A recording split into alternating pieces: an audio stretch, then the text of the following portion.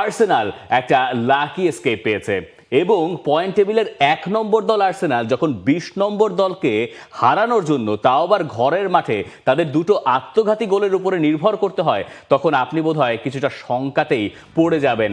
First হাফে Arsenal একেবারে ছায়া হয়েছিল, সেকেন্ড হাফে তাদের প্রথম গোলটা এলো বুকায়ো সাকার একটা কর্নার কিক থেকে, যেটা ঠিকঠাক মতো নেগোশিয়েট করতে পারেন নাই ওলভসের গোলকিপার।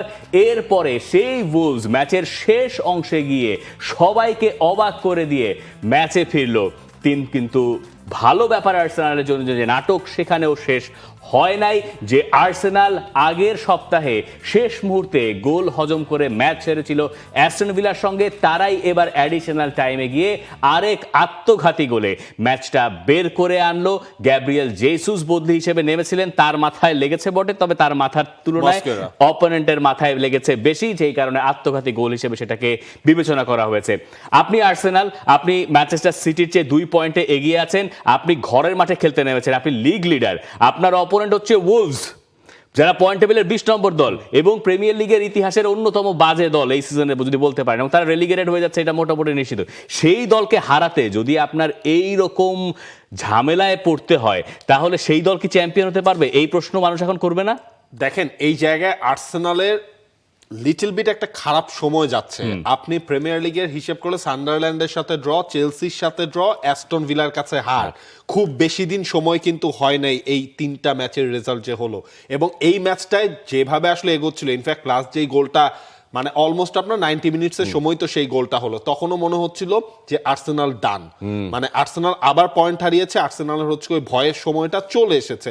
লাকিলি তারা লাস্ট গোলটা হচ্ছে গিয়ে পেয়ে গেল সেই জায়গাটার মধ্যে। এখানে আপনার বেশ কিছু পয়েন্ট আছে। মিকেল আর্তেতা মানে ড্রেসিং রুমে কিন্তু পুরো ঝাড়ি দিয়ে ফাটিয়ে ফেলেছেন অলমোস্ট এই অবস্থা, কারণ তার ডিফেন্ডিং লাইনটা পছন্দ হয়নি। ইনফ্যাক্ট আপনার আর্সেনালের এই খারাপ অবস্থার মধ্যে বেন হোয়াইটের হচ্ছে নতুন করে ইনজুরিতে পড়েছেন। এখন বেন হোয়াইটের এই হ্যামস্ট্রিং ইনজুরি হলে আপনি বেন হোয়াইটকেও হচ্ছে গিয়ে কয়েক সপ্তাহের জন্য আপনি পাবেন না, এটাও ধরে রাখতে পারেন। যদি হচ্ছে যেটা ধারণা করা হচ্ছে সেটা যদি হয়, তাহলে তো আবারও ওই গেরোর মধ্যেই আর্সেনাল পড়ে যাচ্ছে। হ্যাঁ, উইলিয়াম সালিবা হচ্ছে গিয়ে আপনার ব্যাক করলো, তারপরও তো মনে হচ্ছে একটু কিন্তু তাল কেটে গেছে আর্সেনালে ব্যাকলাইন নিয়ে না। মানে আমি জানি না, এটা মিকেল আর্তেতার দল, তো আর্তেতা হয়তো ব্যাকলাইন নিয়ে বেশি শঙ্কিত, কিন্তু আমরা যেভাবে খেলা দেখি সেই দৃষ্টিতে বা সেই চোখে আর্সেনালের বিল্ড আপে এত বেশি স্লো মনে হয়েছে। উলভসের মতো দলের সঙ্গে তারা ওইভাবে ঝুঁকি নেওয়ার চেষ্টাও করে নাই। ফার্স্ট হাফের ডেটা দেখেন, ফার্স্ট হাফে একটা অন টার্গেটের শট নাই আর্সেনালের, আর একটা অন টার্গেটের শট ছিল উলভসের। মানে উলভস একটা অন টার্গেটের শট করেছে, আপনি সেটা ডেভিড রায়া হচ্ছে গিয়ে সেখানে সেভ না করলে সেখানে আর্সেনাল গোলটা আসলে কনসিড করে ফেলতো, এবং তাদেরকে 60 মিনিটসের পর পর্যন্ত অপেক্ষা করতে হয়েছে ফার্স্ট শট অন টার্গেটের জন্য। এটা যখন আপনি প্রিমিয়ার লিগের একেবারে বটম টিমের এগেইনস্টে করবেন, তখন এটা আসলে কিছুটা শঙ্কার। স্পেশালি এই গত কয়েক সপ্তাহের যে ধারাবাহিকভাবে আর্সেনালের পারফরমেন্স কিছুটা নিচের দিকে নামছে, তারপরে এবং একই সঙ্গে যখন ম্যান সিটি আপনার ঘাড়ে নিঃশ্বাস ফেলে, তারপরে আমি জানি না আর্সেনাল এখনই সেই চাপটা নিয়ে ফেলছে কিনা, ম্যানচেস্টার সিটির চাপটা। এই ম্যাচটা যখন 1-1 গোলে ড্র, মানে 1-1 গোলে সমতায় ফিরেছে, তখন গ্যালারিতে এমিরেটস স্টেডিয়াম দেখাচ্ছিল যে দর্শকরা কি করছেন। একজন একেবারে মুখ ঢেকে বসে আছেন। ডিসেম্বর মাস সামনে, ক্রিসমাস, পুরোটা সময় আর্সেনাল ভালো করেছে। ক্রিসমাস সময় যদি তারা লিগের সবার উপরে না থাকতে পারে, এইটা আর্সেনালকে মেন্টালি আরও বেশি পিছিয়ে দেবে বা দিতে পারতো। ওই জায়গা থেকে তারা এমন মুক্তি পেয়েছে যে জেসুস 12 মাস পরে মাঠে নামলেন বদলি হিসেবে, তার কিছুটা ইম্প্যাক্ট হয়তো সেই গোলে আছে, তিনি হয়তো প্রেশার ক্রিয়েট করছেন। কিন্তু ওলভসের দৃষ্টিতে এইটা আসলে প্রচন্ড পরিমাণে হার্ট ব্রেকিং যে তারা লিগ লিডারদের মাঠে গিয়ে এইরকম একটা পারফরমেন্স দেখানোর পরও সেখানে তাদেরকে খালি হাতে ফিরতে হয়েছে।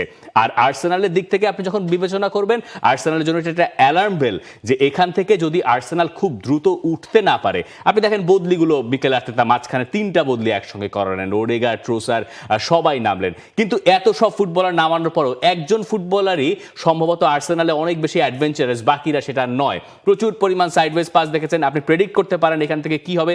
আপনার দলে ইয়োকেরেস ছিল, কিন্তু আপনি বক্সের ভেতরে এনাফ ক্রস ফেলেন নাই, যদিও ইয়োকেরেস আসলে হেডে অত ভালো নয় যতটা মনে হয় তার শারীরিক গঠন দেখে। একমাত্র বুকায়ো সাকাকে দেখা গেল যে না, তিনি একজনকে একটু কাটিয়ে যাওয়ার চেষ্টা করছেন, তিনি একটু স্পেস তৈরি করার চেষ্টা করছেন, তিনি এটা নিয়ে ভাবছেন না যে তিনি যদি একবার বল লুজ করেন তাহলে পেছনের জায়গাটায় কি হবে, অতিরিক্ত ডিফেন্ডিং নিয়ে তিনি চিন্তা করছেন না। আর্সেনালকে এই খোলস থেকে সম্ভবত সামনের দিনগুলোতে বেরোতে হবে, যেখানে তারা সাহস নিয়ে ফুটবল খেলতে পারবে, নইলে এখনই মনে হচ্ছে আর্সেনাল চাপে পড়ে গেছে। কারণ হচ্ছে আপনার ম্যানচেস্টার সিটি একটা বেটার পজিশনে তারা কামব্যাক করছে। ইনফ্যাক্ট আজকে রাতে তো ম্যানচেস্টার সিটির খেলাও রয়েছে, সেই ম্যাচটা যদি ম্যানচেস্টার সিটি জিততে পারে তাহলে আর্সেনালের সাথে তাদের পয়েন্টের ডিফারেন্স হবে 2 পয়েন্টের। সেটা খুব করেই চাইবেন পেপ গার্দিওলা ক্রিস্টাল প্যালেসের সাথে। আজকে ম্যানচেস্টার সিটির ম্যাচ, অ্যাস্টন ভিলার এখনো এই রাউন্ডের ম্যাচ বাকি রয়েছে। চেলসি গেল রাতে তারা জিতেছে 2-0 গোলে, চেলসি হারিয়ে দিয়েছে এভারটনকে। 28 পয়েন্ট রয়েছে চেলসির কাছে, 4 নম্বরে তারা। এনজো মারেস্কা তিনি কিন্তু বলেছেন যে গেল 48 ঘন্টা আমাকে যা শুনতে হয়েছে এইটা ছিল আমার চেলসি ক্যারিয়ারের সবচেয়ে টাফেস্ট বাজে 48 ঘন্টা সময়। ক্লাবের ভেতর থেকেই তিনি শুনেছেন সেই 48 ঘন্টা আসলে কোনটা, যখন আতালান্তার কাছে চেলসি হেরে গেল, তারপরেই কিন্তু ঘটনাগুলো আসলে ঘটেছে। ওই যে সেই আর্সেনাল ম্যাচ থেকে আসেন, সেই আর্সেনালের সঙ্গে 1-1 গোলে ড্র করার পরে চেলসি আরো বেশি নামতে থাকলো, তাই না? চেলসি প্রিমিয়ার লিগে জিতে না, চেলসি চ্যাম্পিয়ন্স লিগে যায়, আতালান্তার সঙ্গে তারা এগিয়ে যায়, সেই ম্যাচ চেলসি হেরে যায়। চেলসি চ্যাম্পিয়ন্স লিগে একটা ম্যাচে লিডে থেকে হাফ টাইমে হেরেছে, এটা মনে হয় 41 বা 42 ম্যাচ পরে ঘটেছে। তো এইটা এনজো মারেস্কার উপরে স্বাভাবিকভাবে প্রেশার ক্রিয়েট করেছে, সেই প্রেশারটা তিনি কিছুটা রিলিজ করতে পারলেন এই এভারটনকে হারিয়ে দিয়ে। কিন্তু এই চেলসি বড্ড অধারাবাহিক। আপনি এই যে এভারটনকে হারান, আপনি বুকে হাত দিয়ে বলতে পারবেন না যে চেলসি পরের ম্যাচে আবার জিতে যাবে। কিন্তু এই উইকে বা এই যে গেম উইক বাকি আছে, তাতে সব আলোচনা থাকবে আসলে ম্যান সিটির এই ম্যাচটা নিয়ে, যেহেতু টাইটেল রেস জমেই গেছে এবং ম্যান সিটি এখন ক্রিস্টাল প্যালেসের মাঠে আজ রাতে খেলতে যাচ্ছে। তারা জানে আর্সেনাল এগিয়ে গেছে, কিন্তু তারা এও জানে যে তারা টাইটেল রেসে বেশ দারুণভাবে ফিরে এসছে। Crystal palace not an easy opponent by any means. Point টেবিলের 5 নম্বরে রয়েছে ক্রিস্টাল প্যালেস, এবং ক্রিস্টাল প্যালেসের ঘরের মাঠে যেহেতু ম্যাচ, সুতরাং সেখানেও হচ্ছে গিয়ে একটা টাফ চ্যালেঞ্জের মুখে পেপ গার্দিওলাকে পড়তে হবে, সেটা নির্দ্বিধায় বলে দেওয়া যায়। এবং ক্রিস্টাল প্যালেস যদি আপনার ম্যাচটা জিতে যায়, হয়তো আর্সেনাল সেটাই চাইবে ক্রিস্টাল প্যালেস ম্যাচটা জিতুক, তাহলে পয়েন্ট টেবিলেও কিন্তু হচ্ছে ওই 3-এর সাথে একটা লড়াই কিন্তু সেখানে হয়ে যাবে।